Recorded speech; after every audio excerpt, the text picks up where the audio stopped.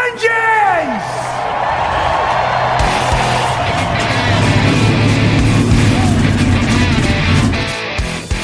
Hit the pace car! What for? Because you hit every other damn thing out there. I want you to be perfect. When I'm driving, I got a guy on the radio who talks to me. It's him. He talks to me. Well, I wanna be a race car driver. Pretty girls eating from my hand, yeah. Wanna live a life of fun and danger. No sweater working for the man, alright. Well, I wanna be a firefighter. Cool-headed when the heat is on, yeah. Save my baby from the burning building. Take her home and put the sprinklers on, alright. No, he didn't slam you, he didn't bump you, he didn't nudge you, he rubbed you. And rubbing, son, is racing. Hey race fans, welcome to the Hoobazoo Radio Network and welcome to the Drafting the Circuits program. My name is Frank Santoroski. I'll be your host for the next hour or maybe more as we do our special end-of-year show. Joining me in the studio tonight, Mr. Gray Warren and Mr. Richard Youden. Mr. Seth Eggert, fellas, how we doing tonight?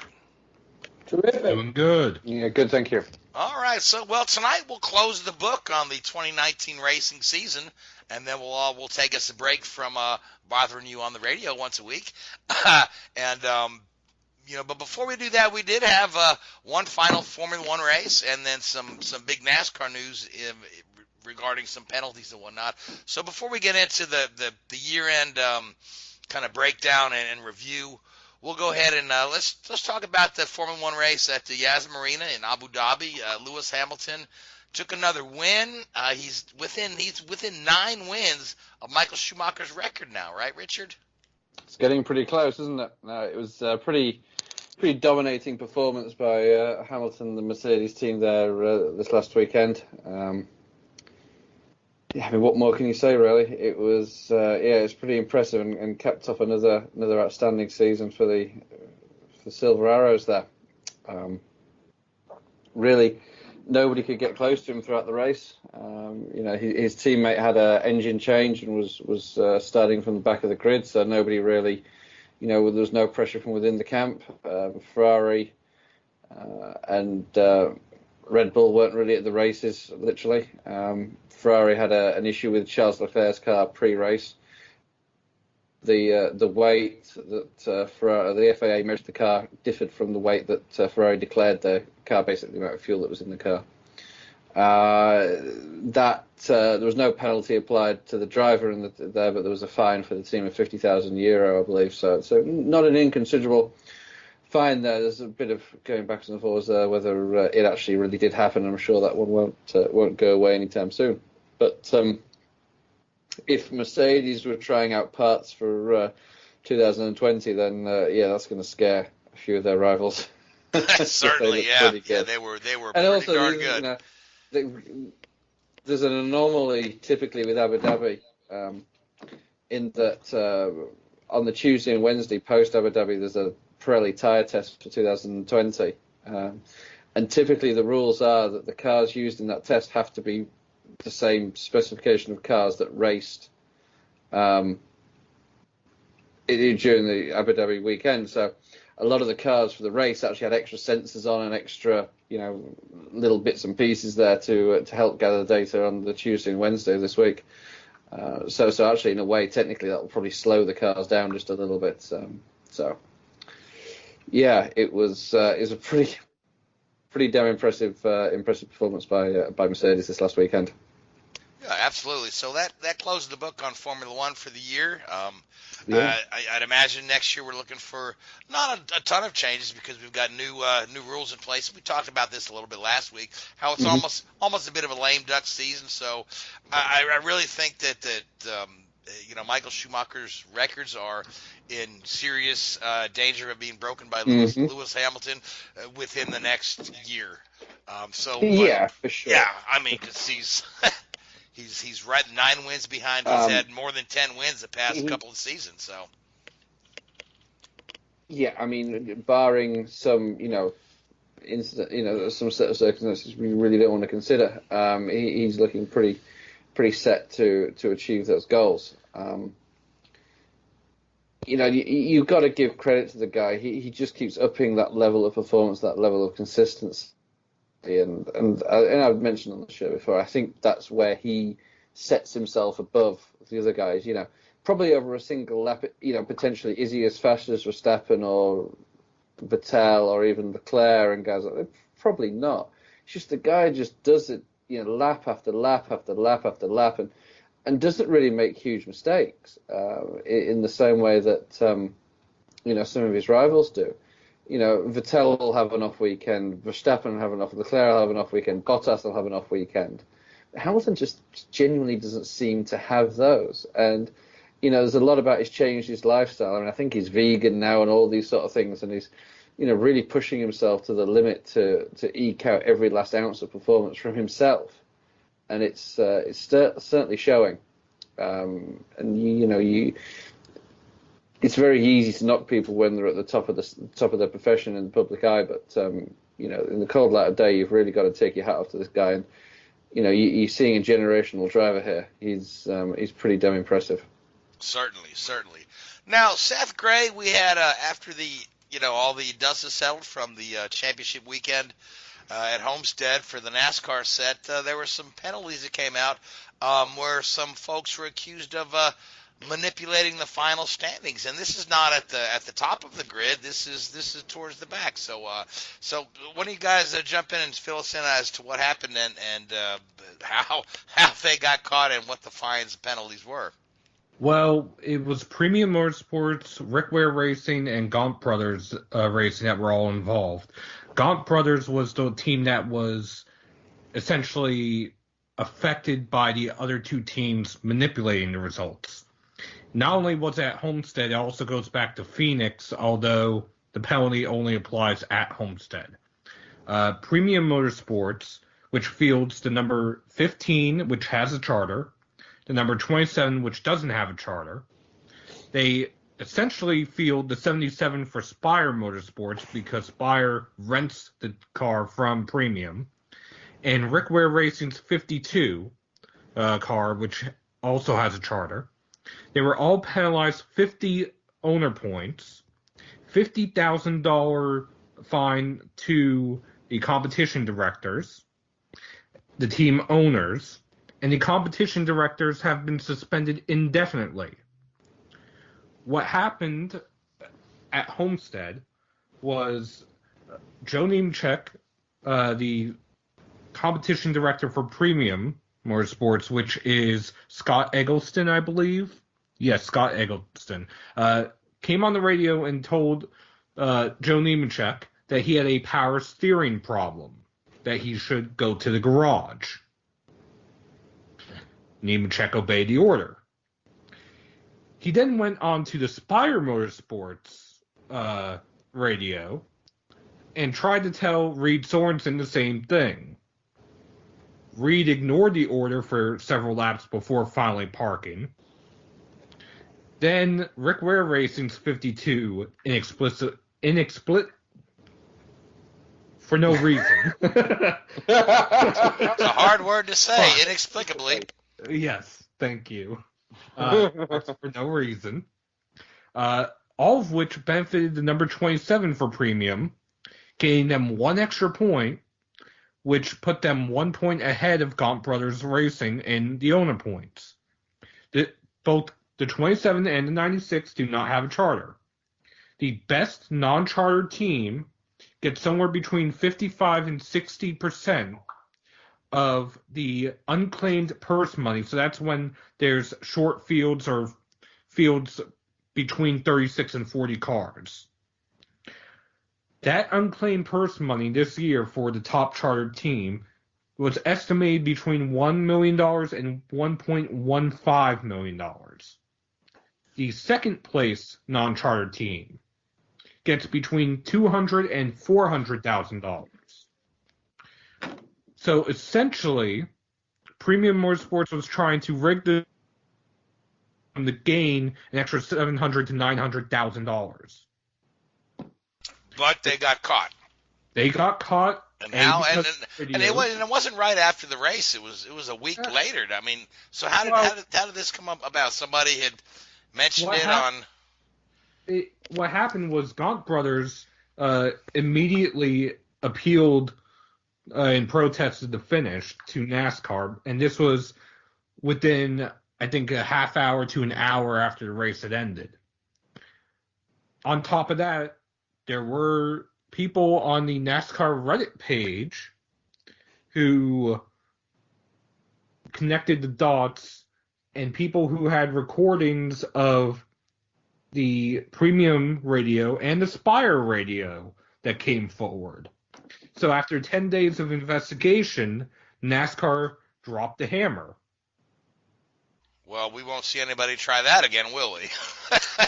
So. Well, not that blatantly anyway. Not that blatantly, yeah. So that's really interesting, because a lot of times when you hear about these penalties, it's guys in the front of the field. But this really, I mean, it's a huge difference in purse money, like you said, from the top non-charter car to the second. So, yeah, it's really would have benefited them quite a bit for funding for next season had they got away with it. So exactly, especially where in today's NASCAR they estimate that a full season you need about $30 million worth of sponsorship. Gaunt Brothers only runs about half the season as of right now. That $1 to $1.15 million could equate to them running an extra 2 races next year. Oh, certainly, yeah. So now is Gaunt Brothers getting that money now? Were they given that position back? They were given that position back because of the owner points penalties to Premium and Rick Ware Racing. They were behind by 1 point. Now they're ahead by 49. So they are now the best non-charter team, which means they will get that bonus money. Well, good for them. Yeah, I guess really was to their benefit to make a protest. So hopefully that helps them out next year. So, but anyway, and the other odd bit of NASCAR news is that I'm hearing Kyle Busch has been wrestling.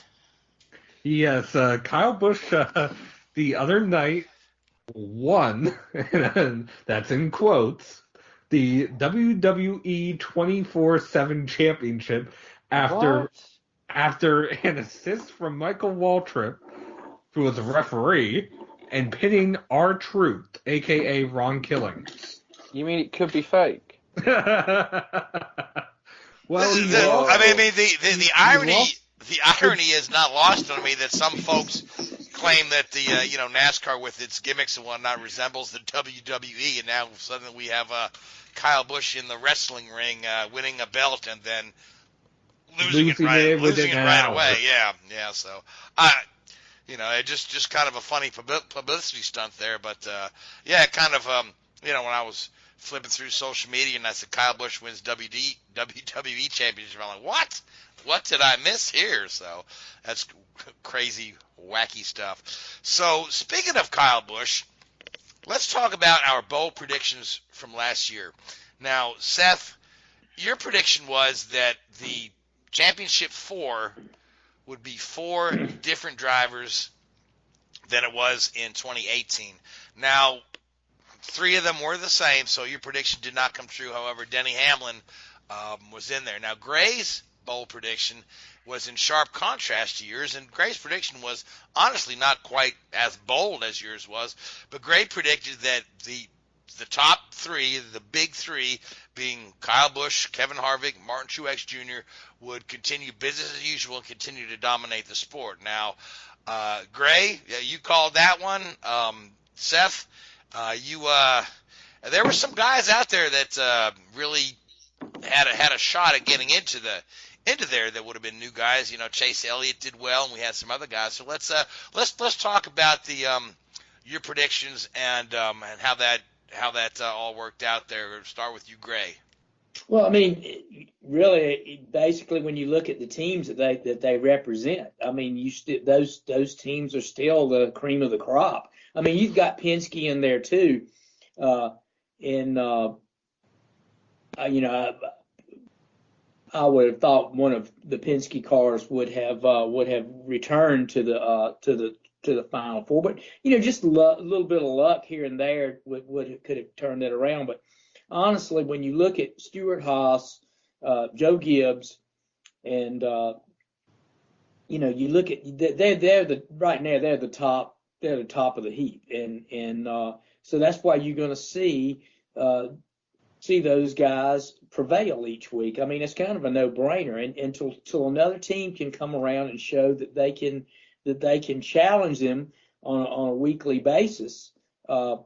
This is going to remain the same. Those guys are at the forefront of what they do. And Martin Truex Jr. moving from Furnace Row to Gibbs was absolutely seamless. I know he brought some personnel along, but I mean he has not lost a step at all. He's still right up there.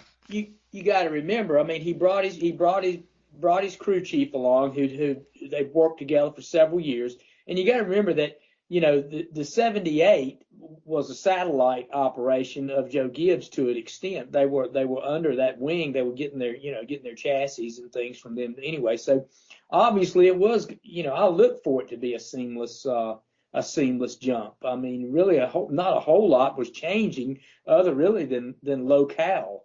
Right, locale and the car number. Yeah, that's about it. This they took the seat out to 78 and put it into 19, and it did pretty well, So I wasn't surprised at all. That I figured they would hit the ground running and do well. I thought Harvick was a little bit of a slow starter this year. Always in the mix, but couldn't pull out the win, and lead the laps that he has in the past, but still had terrific consistency that enabled him to kind of stay in that top 4, top 5 spot, just about all year long. I thought it was a little surprising that the Penske cars seemed at times to lack the speed, weren't able to match the speed that the other teams were, but still good. I mean, a decent year for those guys, but nothing, nothing dominating, where you thought those guys could really, at certain tracks could really come to the forefront. But the season kind of went like I thought it would go, with Joe Gibbs and Stuart Haas. Where really, the top 3 teams still dominating sport. Now, Seth, your prediction was the opposite of Gray's, that we'd have 4 new drivers in the championship 4. Now, who were you looking for those 4 drivers to be? And I mean, I guess who disappointed you this year? So who let you down? Well, one of the drivers I had pegged for the championship 4 was Denny Hamlin. So that one, he lived up to my expectations there. Honestly, I was expecting Brad Keselowski or Ryan Blaney to get in, which Blaney, he did not have that good of a season. He was kind of, Team Penske was essentially Joey and Brad, and then, we have Ryan Blaney as well. That's the way the season felt for me for Team Penske. I kind of expected one of the Chevys to get into the Final 4, whether it was Larson or Chase Elliott, or even Kurt Busch for that matter. They seemed to be getting their act together at some tracks, but they didn't have the sustainability to run up front week in and week out. They would have 3, 4, 5 good weeks in a row and then fall off the face of the earth. And then they would come back, and then they would fall off the face of the earth. It was the story of inconsistency, essentially, for Chevrolet. Otherwise, I would have to say the biggest disappointment I had this year, after his success last year, was Clint Bowyer. Clint was kind of nowhere all year long. It was almost reminiscent of his first season with Stewart Haas Racing, in which nothing went his way. He was in absence left and right. He would have good runs and then have a loose wheel or run out of gas or have some sort of engine problem. Yeah, it just seems like, and I could draw a parallel to IndyCar, that some teams just do better with spreading the wealth amongst multiple teams than others. Like if you look at, say, Team Penske, right? Like you had said that like Blaney's an afterthought, and Joey and Brad run at the front. However, in IndyCar, Penske's got 3 guys and they all win. But if you look at Joe Gibbs, all his guys do well, but Stuart Haas seemed to have not figured out the multi-car dynamic quite as well as Gibbs, and they've had on and off seasons where they've had more than one of their cars do well, but it's just like Harvick and then the other guys, and Amarola had a decent season, but Clayton was nowhere to be found, and the years they ran Danica, she was just an afterthought as well. So now, someone I will say that did impress me this year, Ryan Newman in the Roush Fenway car. That had to be one of the best seasons the 6 car has had since Mark Martin drove the 6 over a decade ago, even though he didn't reach victory lane. And he nearly did. He almost had to win in one of the races, I recall. He had a really good run. Talladega, he had the photo finish with Blaney. Right. Yep, that's what I was thinking of. Yeah, Newman, he's not done yet, is he? No, he's not, and he's still hard to pass. Alex Bowman had some good races, had some good runs. Otherwise, looking down at the back half of the field, the main driver that I would say impressed me all year long was Matt DiBenedetto. Granted, yes, the 95 is aligned with Joe Gibbs Racing. However, it is not the same kind of alignment that Furniture Row Racing had. And it is not, and I stress this, it is not going to be the same kind of alignment that it has next year as it moves closer to a Furniture Row Racing-esque alignment. So his runs, he had several top 5s, several top 10s. He broke his own record for a single season top 5 and top 10, had a best career finish a second, was knocking on the door for a win in several races, whether it was the Daytona 500, whether it was Bristol, until he got caught up in someone else's mess or couldn't pass Newman cleanly because it's Newman, and something happened. Now, DiBenedetto's moving on next year, right? Yes, he's moving to replace Paul Menard in the 21. That's right. Yeah, that's going to be a pretty good ride for him because they're aligned with Penske, and that should be a great opportunity for a really good driver. I agree, and honestly, I want to say the 21 this year with Paul Menard has almost been on par with Blaney in the sense that it's all an afterthought, because granted, Paul is a very consistent driver, but he was never really up front, and a few times he was, it was like, oh, he had a nice run today. It was just like, oh yeah, he's here type deal. And Menard, of course, is retiring at the end, or he's retired now, I guess, at the end of the season. So he's retired from full-time competition. Right, which means we may see him here and there, but I think he's going to take a bigger role on in the family business, which we know, Menards is it's a huge retailer, and it's worth quite a bit of money. So good luck to Paul Menard as he spends time with his family and spends time with the family business. And David Reagan as well. David Reagan as well, yep. Now, we'll circle back to NASCAR later in the program. We've got a long show, but I want to get Joey Barnes's bold predictions out of the way because Joey's not with us tonight.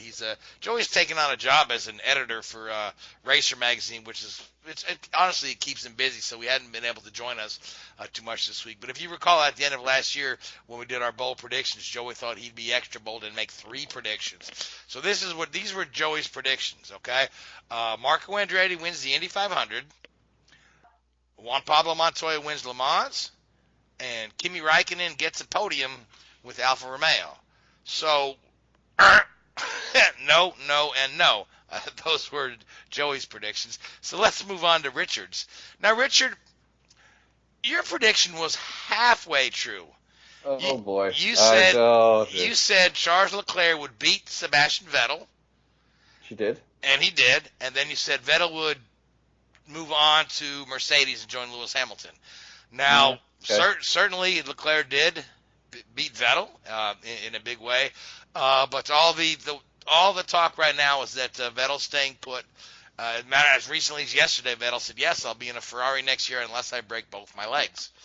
So Yep. it seems like he's planning on staying put. He's not running away from the guy that's better than him. But let's talk a little bit about your prediction and Charles Leclerc's season, because the kid was phenomenal.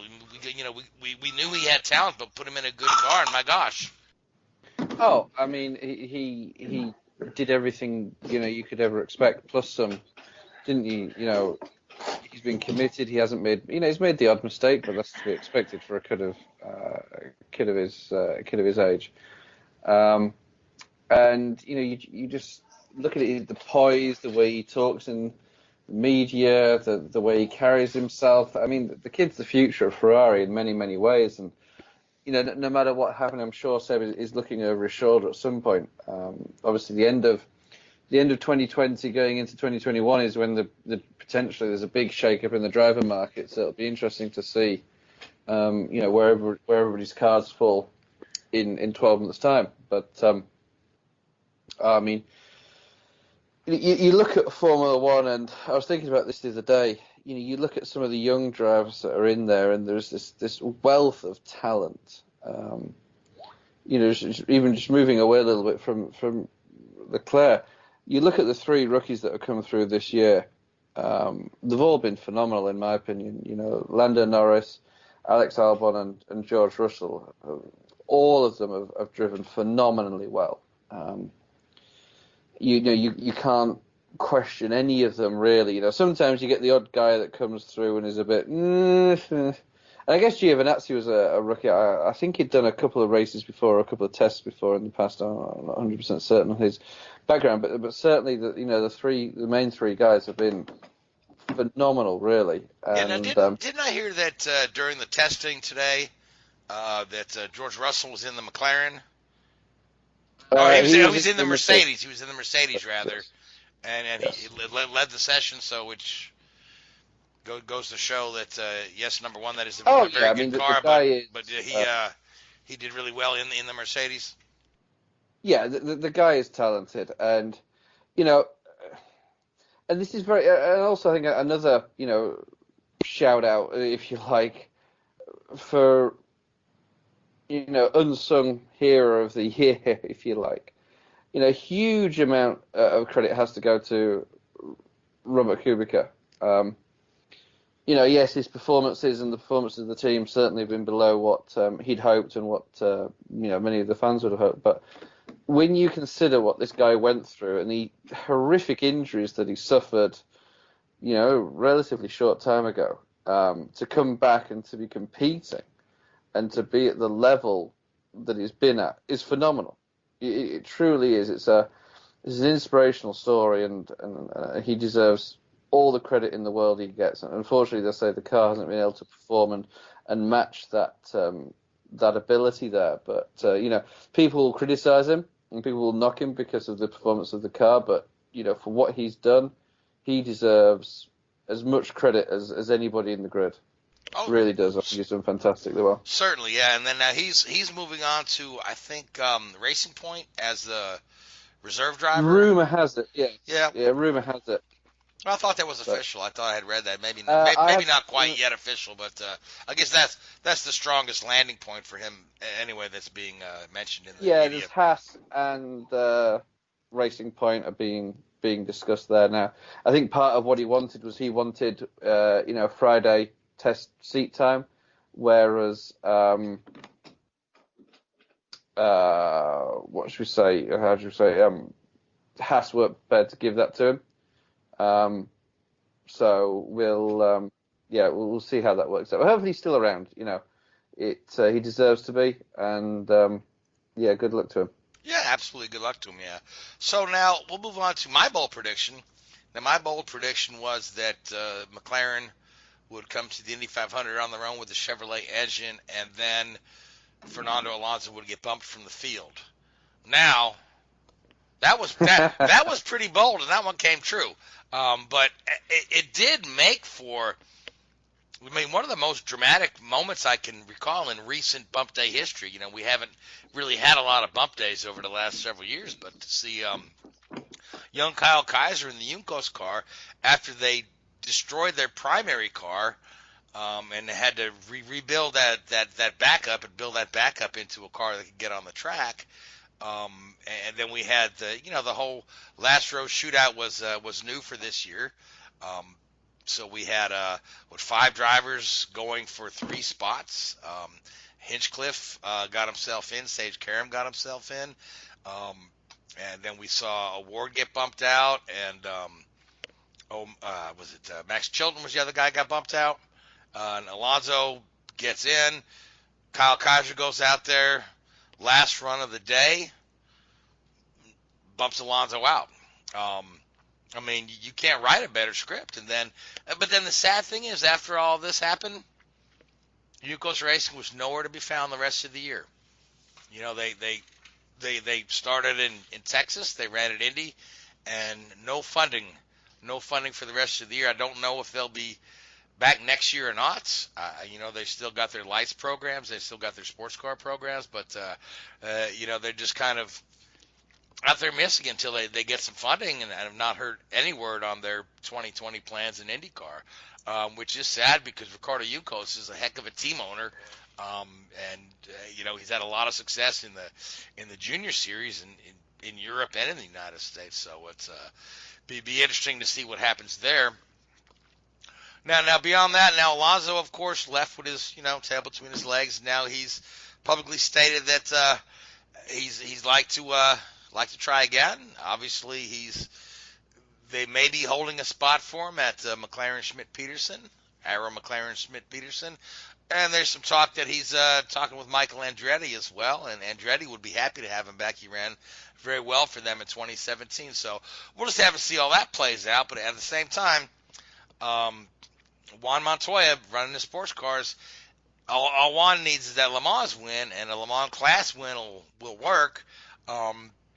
To see who gets that unofficial Triple Crown first. So that was my prediction. So let's talk about some of the bigger stories of the year.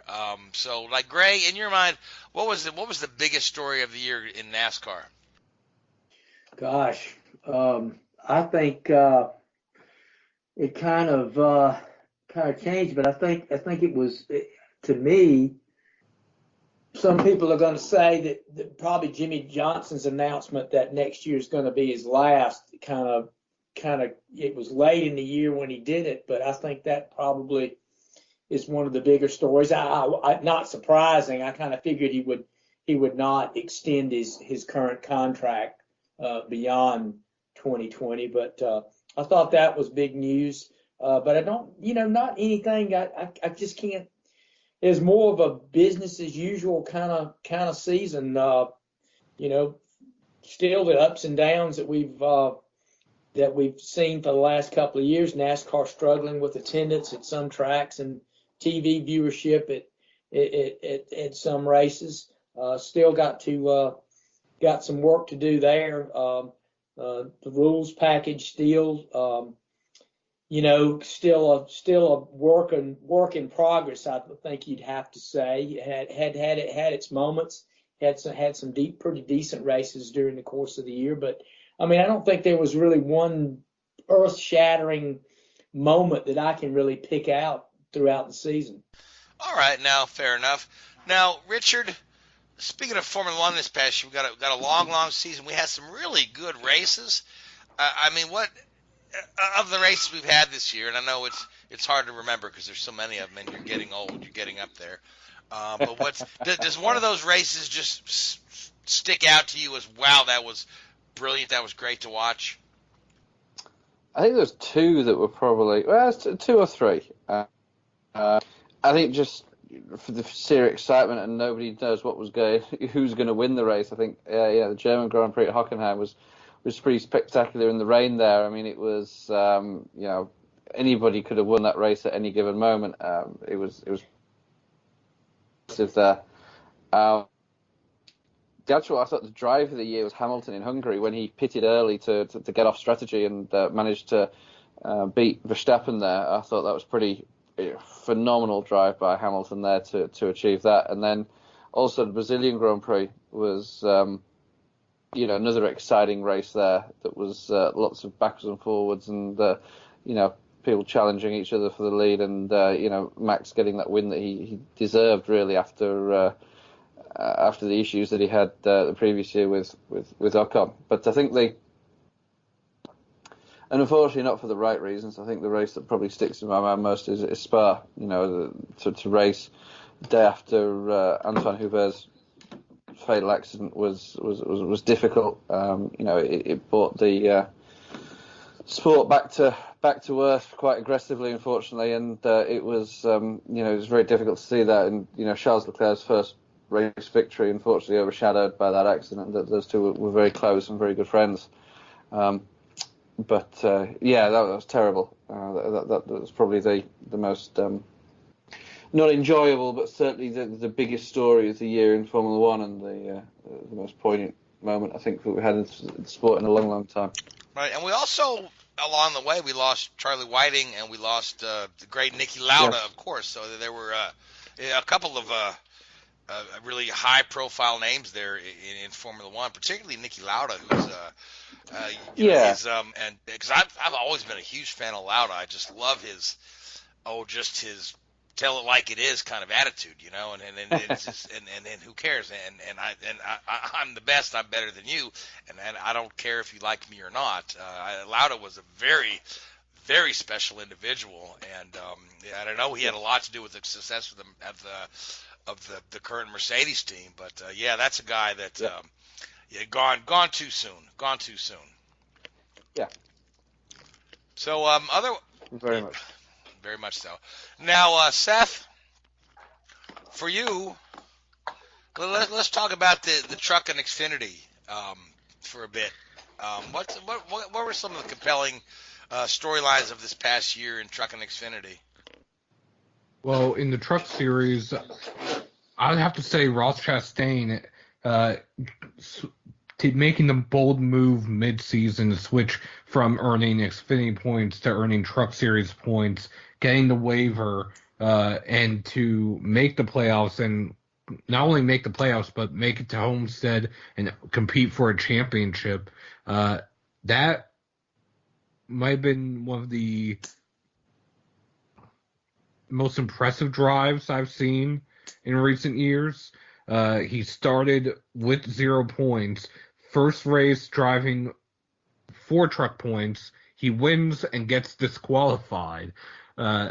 Just putting him in a deeper hole, and he's able to go out, win a couple races, easily make the playoffs, and almost win a championship running technically half a season, because by the time he declared for truck points, and he won most popular driver for the truck series this year.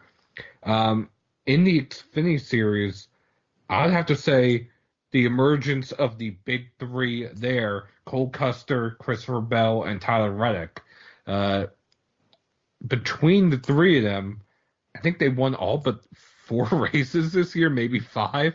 So that's, and when I say that, I mean excluding the Cup drivers, but still, that is pretty impressive nonetheless. Certainly. So now I'll talk about the IndyCar series a little bit. Obviously, the biggest news story coming out of the IndyCar series is the purchase of the Speedway and the series by Roger Penske. And that has an overarching effect that will affect NASCAR as well, since they run at the Speedway, and it could affect Formula One, seeing as how it's looking more and more likely that Miami Grand Prix is going to fall through thanks to local opposition. But Roger Penske's sitting on a turnkey ready solution for a second U.S. Grand Prix where they've hosted Formula One before, and he's very open to the idea. As long as everybody forgets the whole Michelin debacle from several years ago, I had a good time the couple of times I went to the Grand Prix at Indianapolis. I think it's a decent course. It's not, it's not on the level of some of the, like Coda, which is, much longer course, but for, historical viewpoint and just a facility that can pack in a lot of people and have a lot of amenities, I don't think, Formula One should look any further than doing business with Roger.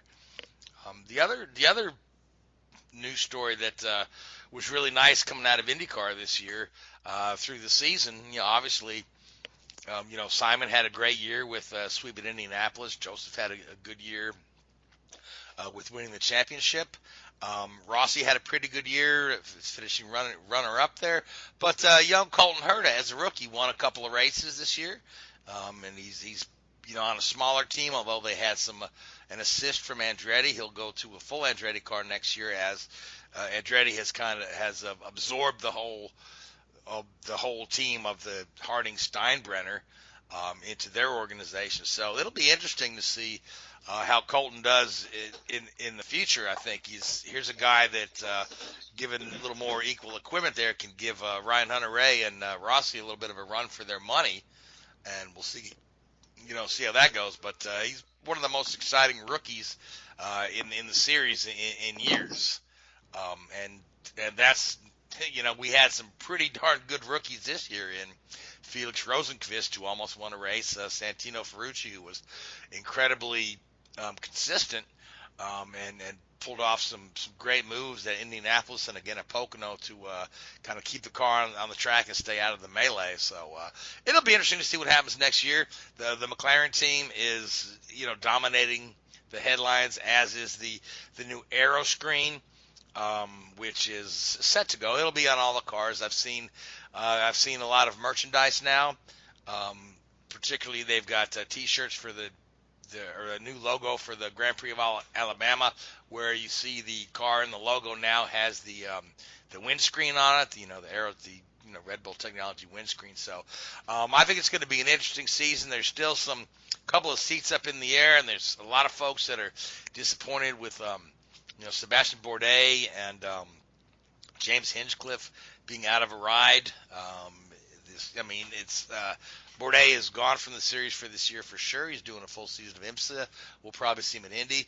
Hinchcliffe is still trying to put something together. There's a possibility he takes that coin seat, but Coin's looking for more coin. There's a couple of European racers who are on his radar as well. So with that being said, Gray, let's talk a little bit about the road course races in NASCAR this year. I thought that we've got a lot of different kind of things here with aero packages at different tracks, but it seems like just whenever we have a road course race, they tend to put on a show. And now there's some word that NASCAR may be looking at a street race somewhere. Yeah, possibly with the new car in 2021, probably. It's hard to say what they would do. Again, I think basically NASCAR is going to encounter the same hurdles that IndyCar has when you get a promoter go in and he has to try to deal with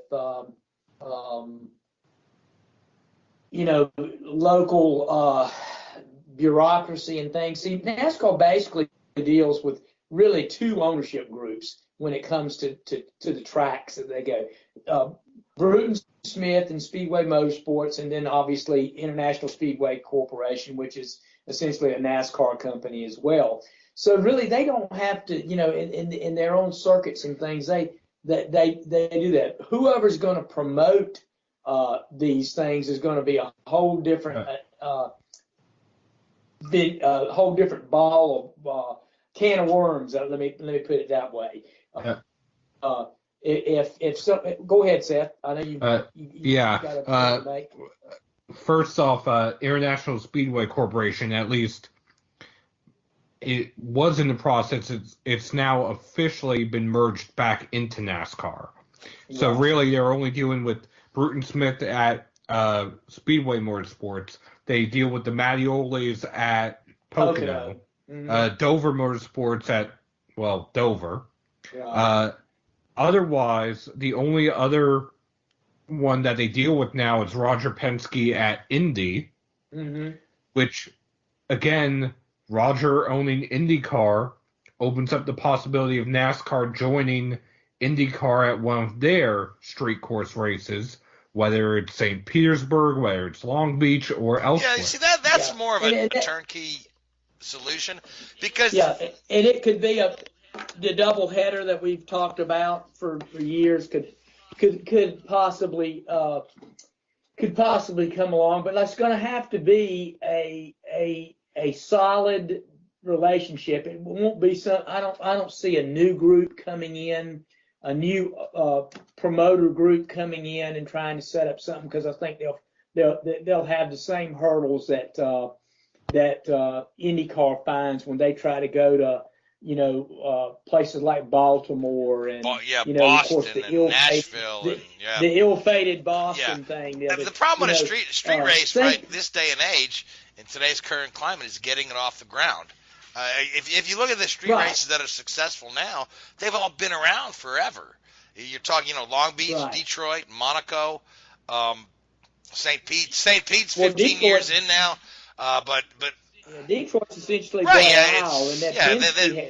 and Penske had a lot to do with that, with security. And even then, they get a lot of opposition now. People don't like the island being taken up for tourists for so long, so they've had to make a lot of concessions particularly in the setup and breakdown time. And let's talk about one of the things with NASCAR looking at going to a street race. The new car will be a stark departure from the current style race car. It's going to be, it's going to have rack and pinion steering, transaxle, possibly a little bit more nimble race car, which remains to be seen. But if you put two and two together with what they're looking at, it appears to be, I would think it'll be a little bit more nimble a car, particularly where you could probably run it on a street course, a little bit tighter facility. We'll just have to see. It may be, the new car may be more conducive to a street type circuit, so that might be one of the reasons they're kind of looking at. And two, NASCAR's looking at the different venues and to bring it to different audiences. And like I said, but Frank, I think you hit on something. It's going to have to go to an established street venue that's had a long history of success bringing in IndyCar or to that or other series in that to make it work. Certainly. If I may, this would also be replacing a current race on the schedule, because they are not going to expand the schedule. That being said, the schedule they're also talking about shortening. However, that doesn't exactly mean going from, say, 36 races to 30 races. It could mean going from 36 or 38 race weekends to 30, in which we have more doubleheader weekends like how we will at Pocono next season. I think that Pocono is going to be an interesting experiment to see how it works. And they've done some other kind of things to kind of shorten some of the race weekends, like Martinsville, where they got the qualifying and the race on the same day. They do away with Friday. It's those guys are on the road a long time. But they're again, if you look at some of the the butts not in seats right now, it may be time to consider that some of these venues don't need 2 dates. And I hate to say it, Bristol is their spring race is it looks desolate. I know that the facility is huge, but if they did the one date with under the lights and promoted the heck out of it, and they could fill it up, it might be open up a date for somewhere else. I don't know. It's like these tracks have had 2 dates for years just because they've had 2 dates for years, and it was about 20 years ago they started taking second dates away from tracks. Give or take, it was about 20 years ago. They started to really switch up the schedule. Then we've had this basic schedule since about 20 since they added Kentucky, really, right? 2012, which was 2011. 2011. On top of that, I will say there are some tracks that have openly acknowledged the possibility of losing one date and possibly following Pocono's model, which would be Dover, Michigan. Those are the two that come to mind at first. There's a lot of talk of Gateway possibly being added to the schedule, Iowa, Road America, and or Mid-Ohio, along with a possible different road course, which would either be Coda or Portland, which would be interesting to say the least, especially considering Eddie Gossage would, I think, explode if NASCAR went to Coda, but that's another story altogether. Yes, he already's mad at IndyCar for going there, but yeah, good old Eddie. Well, he needs to get mad about some other things based on what I saw last time they had a race at Texas. That the crowd there was pitiful, and he needs, if he's going to get mad, he needs to go look in the mirror and see what he can figure out to make his thing work. There, because I tell you what, the Texas race. Just a month or so back, it was not well attended, and that was startling to me. Yeah, that's when he blamed it on the Formula One race being the same day. But again, he's got to. Worry about getting people to your own track right now, and what you can do for that setup. I mean, if you've got a good product, give the people a choice, and if your choice is better than the other, then they'll come see your exactly. race, You've got to focus on what you can control and not what's out of your control. Yeah, you're absolutely right, Gray. The other issue that I would include is the use of the traction compound, especially at the SMI tracks, and this year at Michigan ISM and Pocono. It worked well at certain tracks. Bristol, it worked well at New Hampshire. It worked very well at Kentucky. It did not work well at Michigan or ISM or Texas because where they put it is not where the cars are actually running. The track owners and promoters, for that matter, the track president, whoever it is that's deciding where to put the traction compound, the drivers even complained about this. If you're going to use it, put it where they can run in it, so that way they can actually activate it, so that way it can actually be used and improve the racing. That's why at Texas we had so many cautions the first stage in the playoffs, because it was up in a groove where no one's running. As soon as somebody hit it, they looped around and into the wall. You would think somebody would put more thought into that, before they. I mean, that's a no-brainer. Put the stuff on the racing line. I mean, was this a mistake on somebody's part, or was it by design? Were they trying to change the racing line, or what were they? What was their whole thought process behind doing that? It was by design to try to expand the racing line. The problem is the traction compound has to be heated up and activated, which the best way to do that is for the cars to run in it. Otherwise, they're going to have to sit there with leaf blowers or something before the race trying to activate it, which I don't see that happening anytime soon. What if they just put it on the whole track? They most certainly could. Whether or not they want to, or whether the cost of that is too much, I don't entirely know. Yeah, I was wondering if it was cost prohibitive or whatnot, but yeah, but it only makes sense to put it on the racing line, yeah, so. At Bristol, at Kentucky, at Charlotte, and a handful of other tracks, New Hampshire, they put it in the racing line and on the outside and inside the racing line, and it works beautifully there. Michigan, they complained it was about 40 feet too high, that no one was going to run up there. At Texas, it was right on the edge of the racing line that if you hit it with just the right side tires, or if you try to activate it yourself before anybody else went up there, Chase Elliott went around, Jimmy Johnson went around, Brad Keselowski, Denny Hamlin, Ricky Stenhouse Jr. I mean, I can keep going with the number of drivers that wrecked as a result of the traction compound.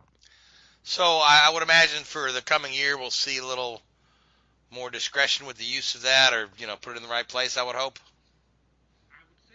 I would say put it in the right place, or maybe a better mixture, as they call it, because at some tracks they use what they called a 20 or 30% mixture, while at other tracks they were using between a 60 and an 80% mixture. So I think maybe at some tracks it was a little too saturated as well. Well, again, it's just they'll learn as they go. I imagine they won't repeat the same mistake. Now, Richard, let's talk about Formula One a little more, and let's talk about the middle and back half of the grid.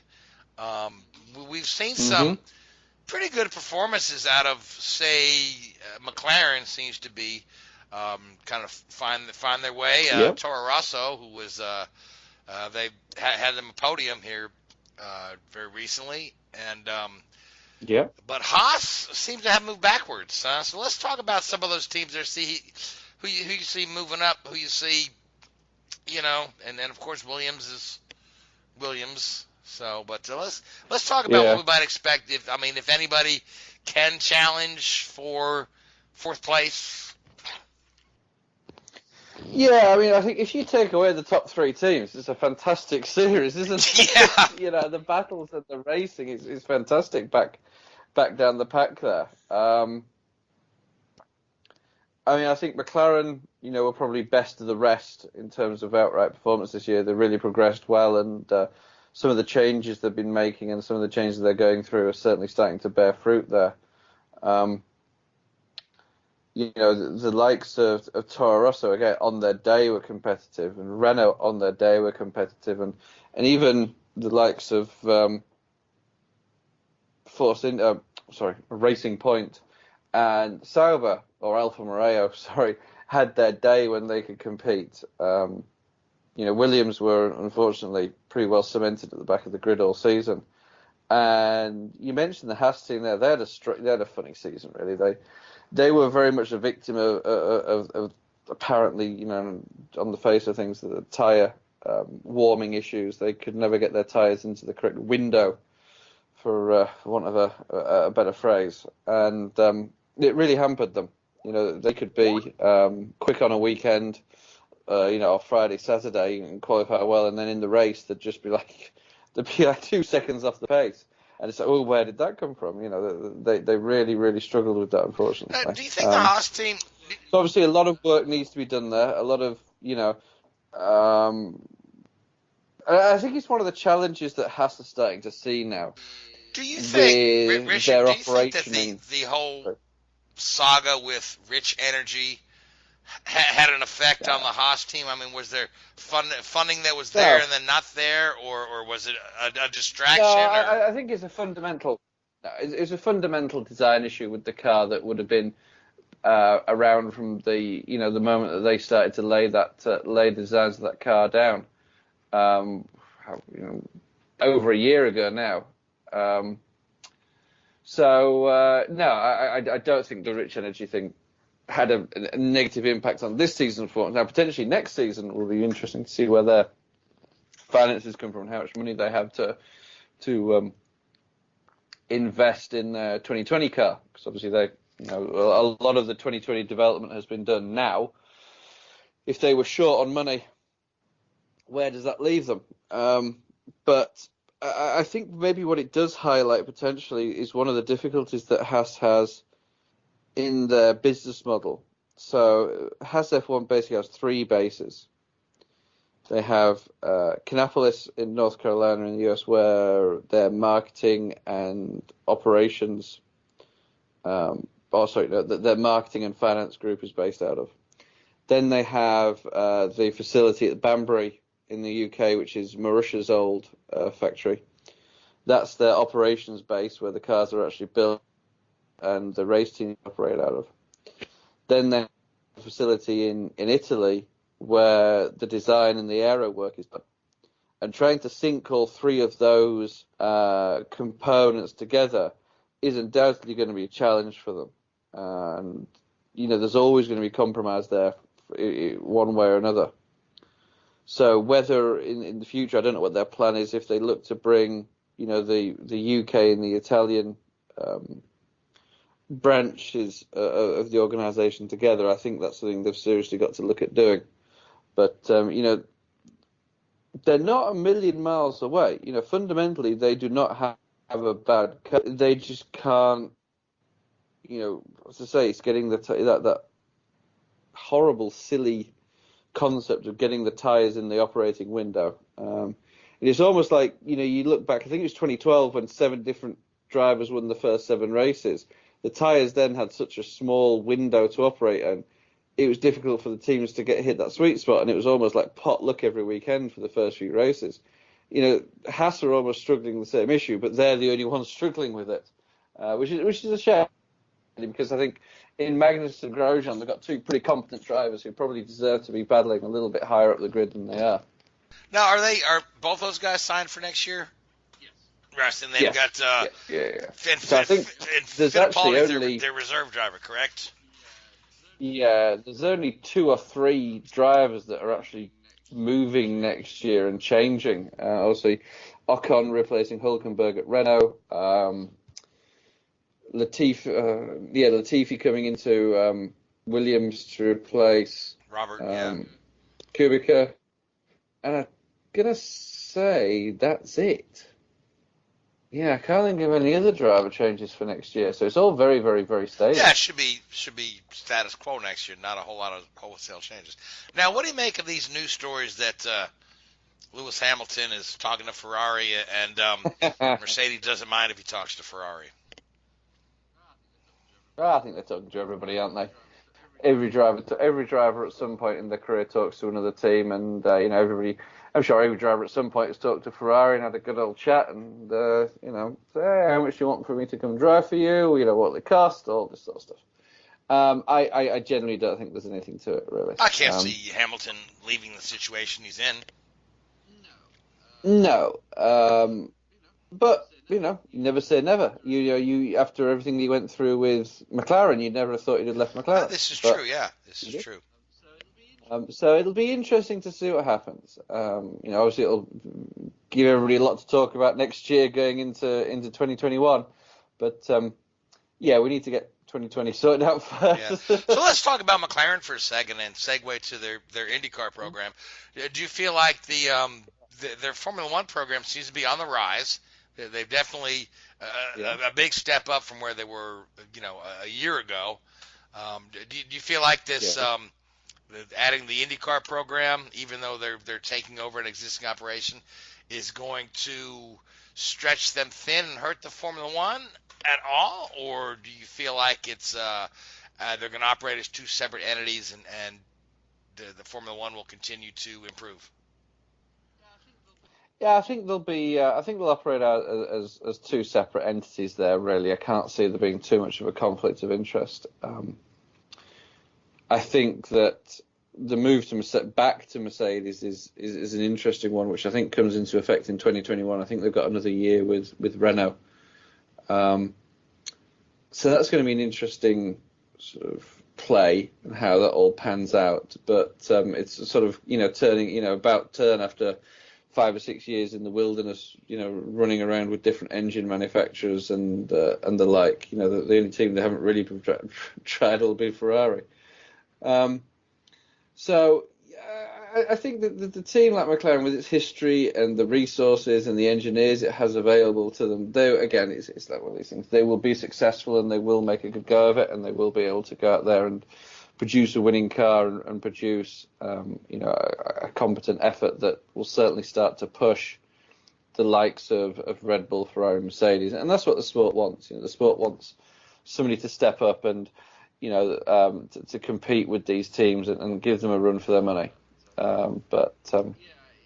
Yeah, you need to see it. It needs to happen. We need to see a bit of a change from the monotony of the current leading pack. Certainly, yeah. So now on the IndyCar side, then, so McLaren is full in on IndyCar. They're, Arrow McLaren with Schmidt-Peterson. They, demoted poor old Sam and Rick to with, also featuring, co-starring, however you want to call it. But so now the interesting thing is I'm kind of up in the air as to how well they'll do next year because number one, everybody seems to want them to fail, and that's coming from number one, the way they treated Hinchcliffe. Hinchcliffe is a fan favorite, so that's kind of left a sour taste in everybody's mouth that they kind of bumped Hinch out of the seat. They didn't actually let him go. They said you can still have a job and earn your $500,000 a year salary by hanging out in the hospitality, shaking hands, and posing for pictures with people. Which obviously it's a cushy gig for $500,000, but it's not what he wants to do. Racers want to race, So I'd need 750,000 to do that. Yes, okay, right. But then again, the guys they do have, Oliver Askew and Adam Award, are two really talented young guys. But both rookies. Yeah. Both rookies. Yeah. I don't know how that plays out. They've got Gil DeFerrin on board, and Gil was a fantastic driver during his day. He's a great businessman as well. So hopefully him there as a driver's coach kind of maybe smooths out some of the rookie mistakes. But I can't see them competing at a high level right off the bat. But I don't think it's out of the realm of possibility that one of these guys or both of these guys actually wins a race because number one, we know the field in IndyCar is very deep and the cars are very closely matched. We've seen how many times we've seen qualified times where the pole to last place is less than a second. With some of these fuel strategies and odd yellow flags, it's not out of the possibility that these guys can really run well, but it's a bit disappointing that so many people want to see them fail because of, number one, everybody had a good laugh when Alonso got bumped, and number two, just the way they came in, and I think there's a perceived arrogance with McLaren coming in, but for me, I think McLaren is one of the greatest marks in racing. Their history, goes back to Bruce, in the '60s, and for sure, it all traces back there. And McLaren has a strong record at the Indy 500. Back in the days when Johnny Rutherford was running the McLaren, and the McLaren, I think it was with the M18 was one of the preferred chassis you have there. Then, of course, their record in Formula One is impeccable. So I think it's great that McLaren's coming in, and I hope they can work through all the distraction that everybody wants them to fail and kind of prove them wrong. But then again, Zach Brown is not Ron Dennis, and he's certainly not Bruce McLaren. So it's kind of not the same McLaren, but still that name for me, I hold in a lot of reverence. Right now, Gray, you've watched racing a long time. What are your thoughts on McLaren coming back to Indy? McLaren has had their hands in a lot of things in racing. Well, yeah, I think that the future of IndyCar racing is going to like NASCAR too is going to have to evolve by having more manufacturers take part in it. I mean, it's going to. It's been relegated to somewhat of a spec series on both fronts now, with the cars being typically the same. So there's really nothing out there to get more fans involved in it. I think the more manufacturers and more the more spice there is into the sport will help it grow, and it's going to have to grow in those regards. And that's going to bring more fans back into it, I believe. If you get, McLaren come in and possibly, another engine manufacturer coming into IndyCar as well will be good for the overall health of the sport. Yeah, just the whole another engine manufacturer. We've been talking about this for a while, and the fact that we're still using a basic internal combustion engine with a KERS system on it. I don't know how much that appeals to somebody. I don't know who that might be, but I do believe strongly that the guy to help make that deal happen is Roger Penske, because who wouldn't want to do business with Roger Penske? And I think that, going back to him purchasing the Speedway in the series, I think that's just going to benefit big time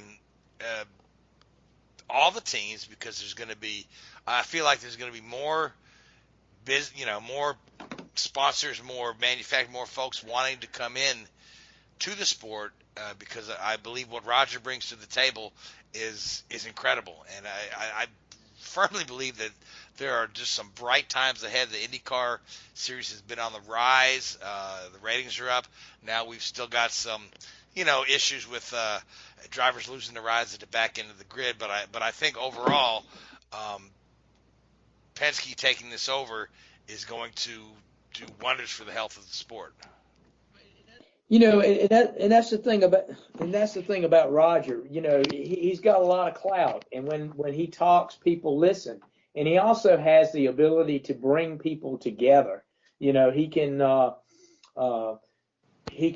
sit down with his management team, and they can look at all different sides and actually bring proposals and bring new ideas to market that a lot of other people just, coming from someone else, nobody would really pay attention to. But because of Rogers, his catalog of success, I mean, you gotta respect what he's done in everything he's touched. Oh, certainly. I was talking to Chuck Sprague, who was worked with Roger for years and years, and he told me that Roger won't propose a deal unless it benefits both parties, and that's why people like doing business with Roger. So he's going to figure out, or he's going to let you know how you're going to benefit from this deal. And if you look at some of the things he's put together, I mean, they're all very good business-to-business deals. You see Fitzgerald glider kits on the NASCAR cars and Indy cars sometimes, right? Well, guess what? Penske Trucking, where they get their trucks, Fitzgerald glider kits.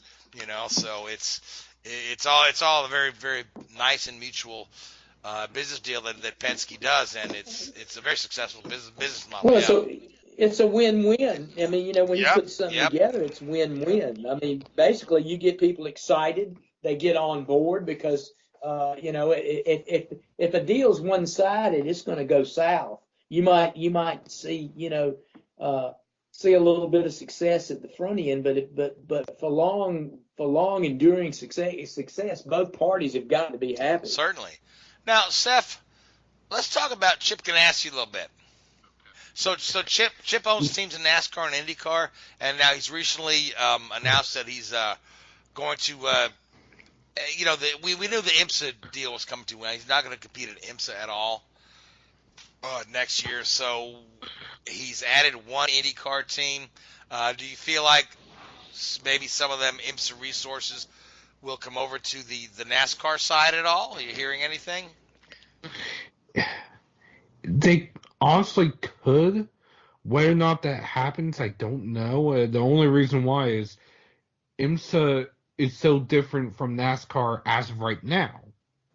That being said, with some of what is being proposed for the next gen car, the version that Richard Childress Racing recently built, that Austin Dillon tested and Joey Logano will test next weekend at ISM, has some elements of an IMSA car on it, so they could honestly be shifted over to NASCAR, not for the 2020 season, but maybe to start work on 2021. No, I'm talking strictly human resources. I mean, now, Richard, you might be able to answer this. So you've worked on Formula One cars and NASCARs, and you've had your hands on sports cars.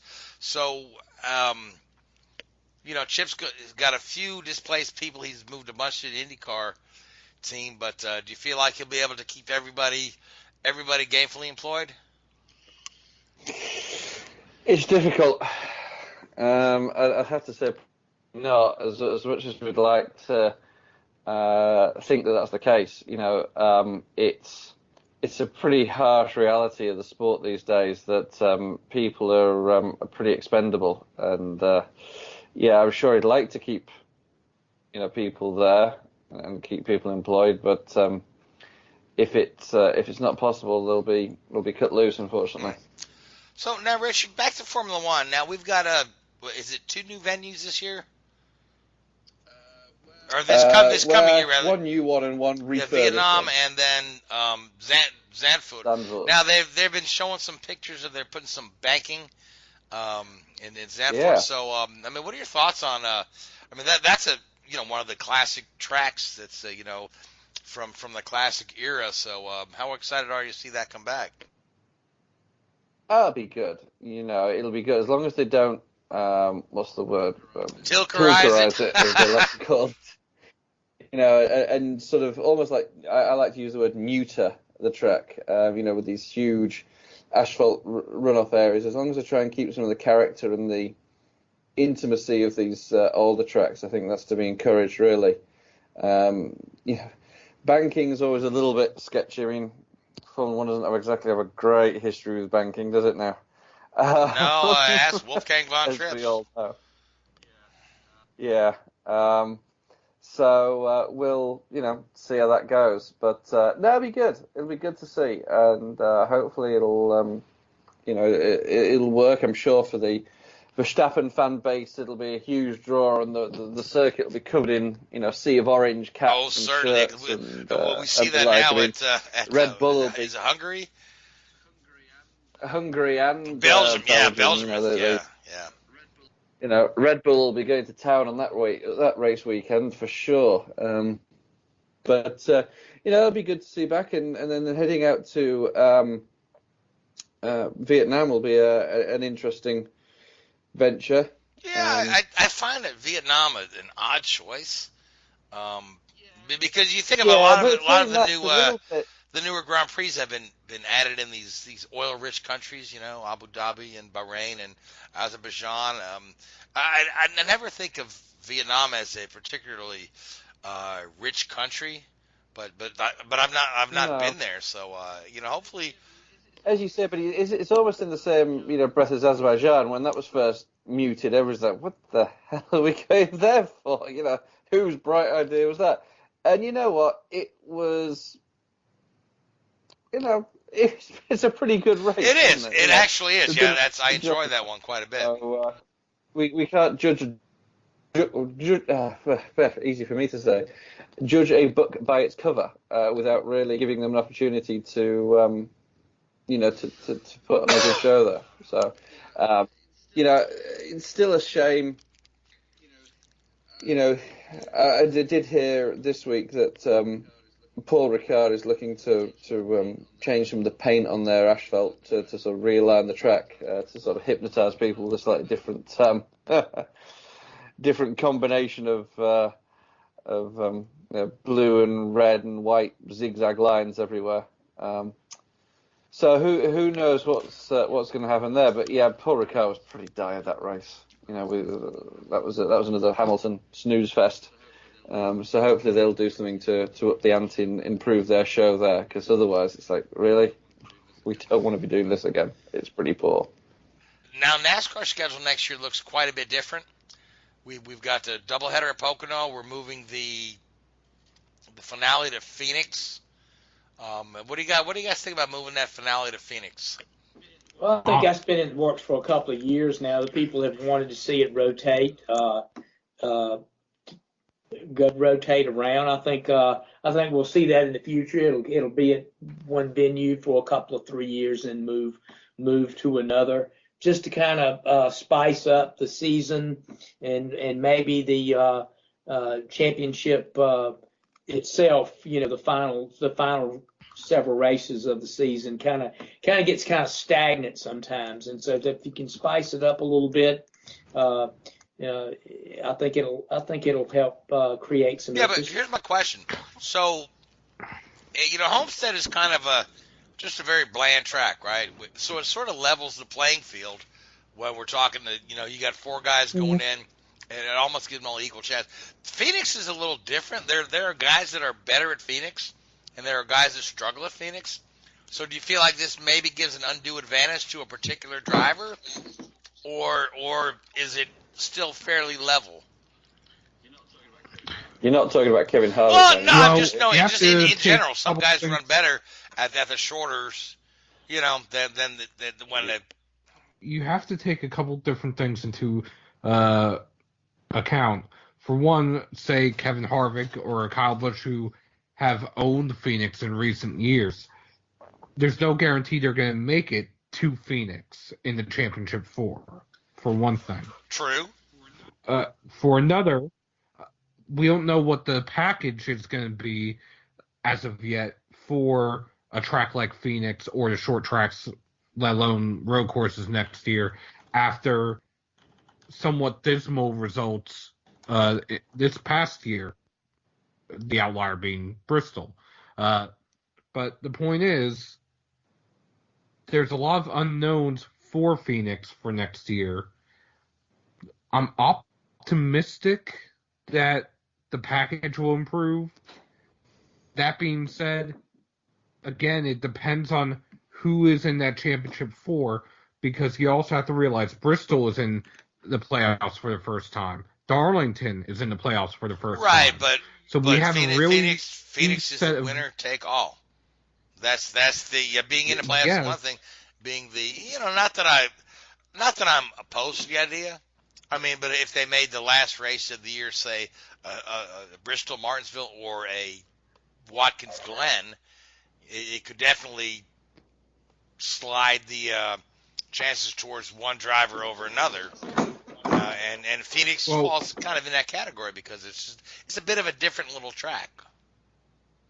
Walking it backwards a little bit to the rounds before that, if we're going by tracks that certain drivers are good at, say Chase Elliott wins the Roval and he's able to make it into Phoenix. Yes, he's good there, but he's never actually won there.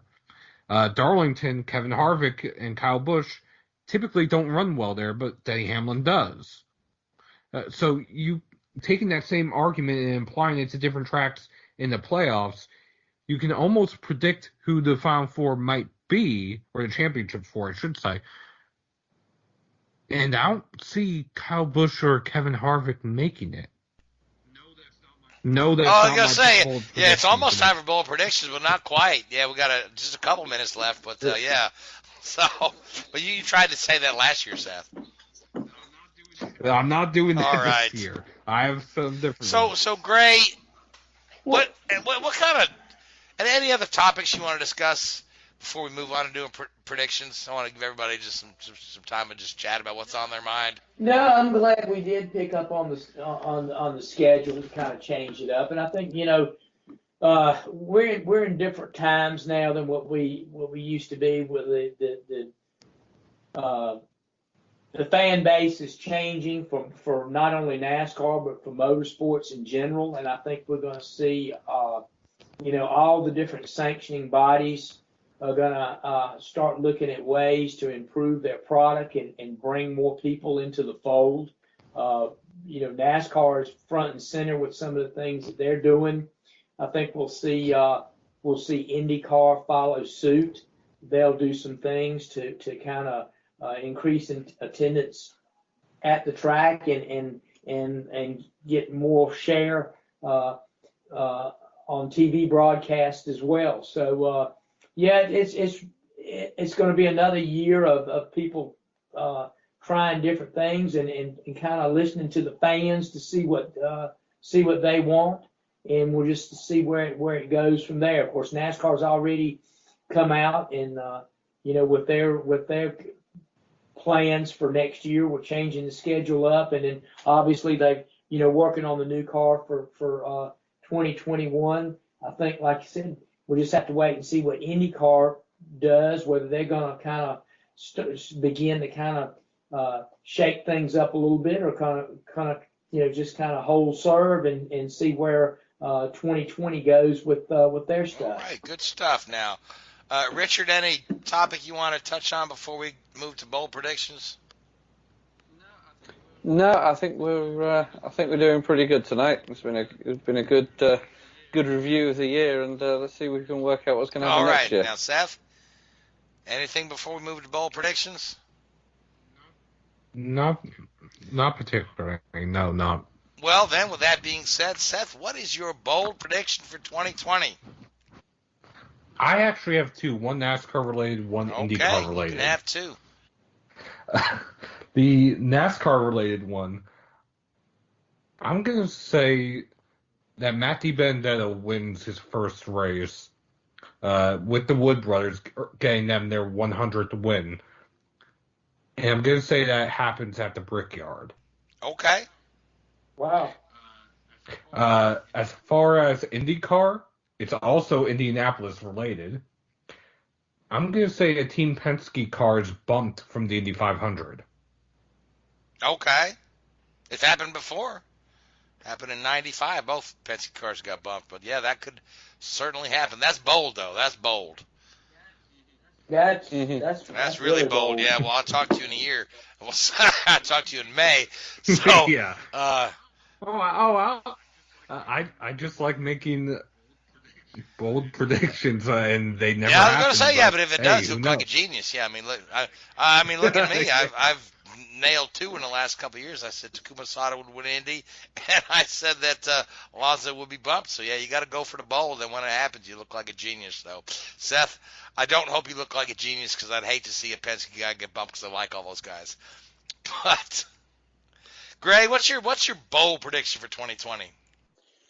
I don't know how bold it'll be, but I'm going to say that Kyle Busch repeats as champion. He'll be the first repeat winner we've had in a while. I think he's we talked last week when we were wrapping up the season a week or so ago when after Kyle won the championship. I think Kyle's really entering his in the prime of his career. I think we're going to see him really take charge next year, and I think he's going to have a terrific year. I'm going to say he's probably going to win 8 races and repeat as champion. All right, yeah, that's not incredibly bold, but we haven't had a repeat champion since Jimmy was racking them up. Almost 2 decades ago. Almost 2 decades ago. So, yeah. All right, Richard, for you, your bold prediction for next year. Oh, let's see what we can come up with. I think we'll come up with a couple here. Formula One. I'm going to say that Leclerc wins the championship. I think Ferrari are going to come up with a good car, and I think Leclerc's going to do the business. I think Vettel will leave Ferrari at the end of the year. And what else? We'll leave it. I think Lando Norris will become the star driver of next year. I think he'll really turn it up, and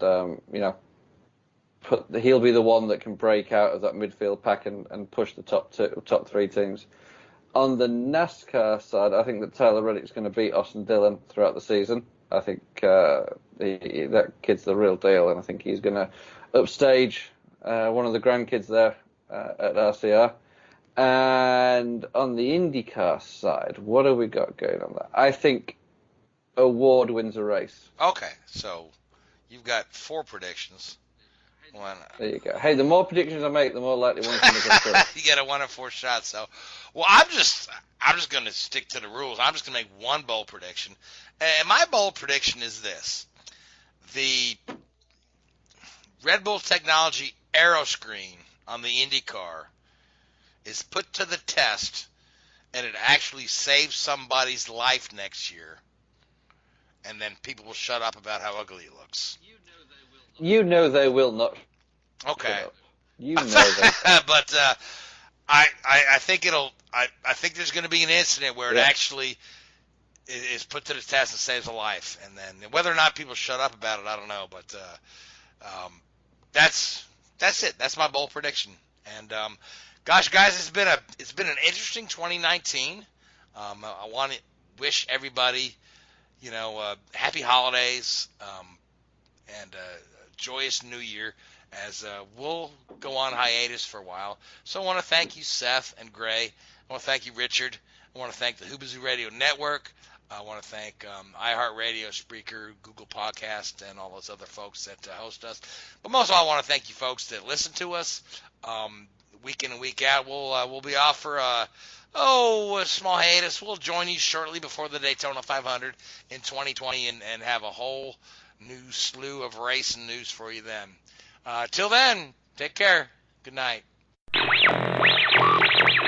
WHOOBAZOO, that's Hoobazoo.com. Enter website, enter website, enter website, enter website.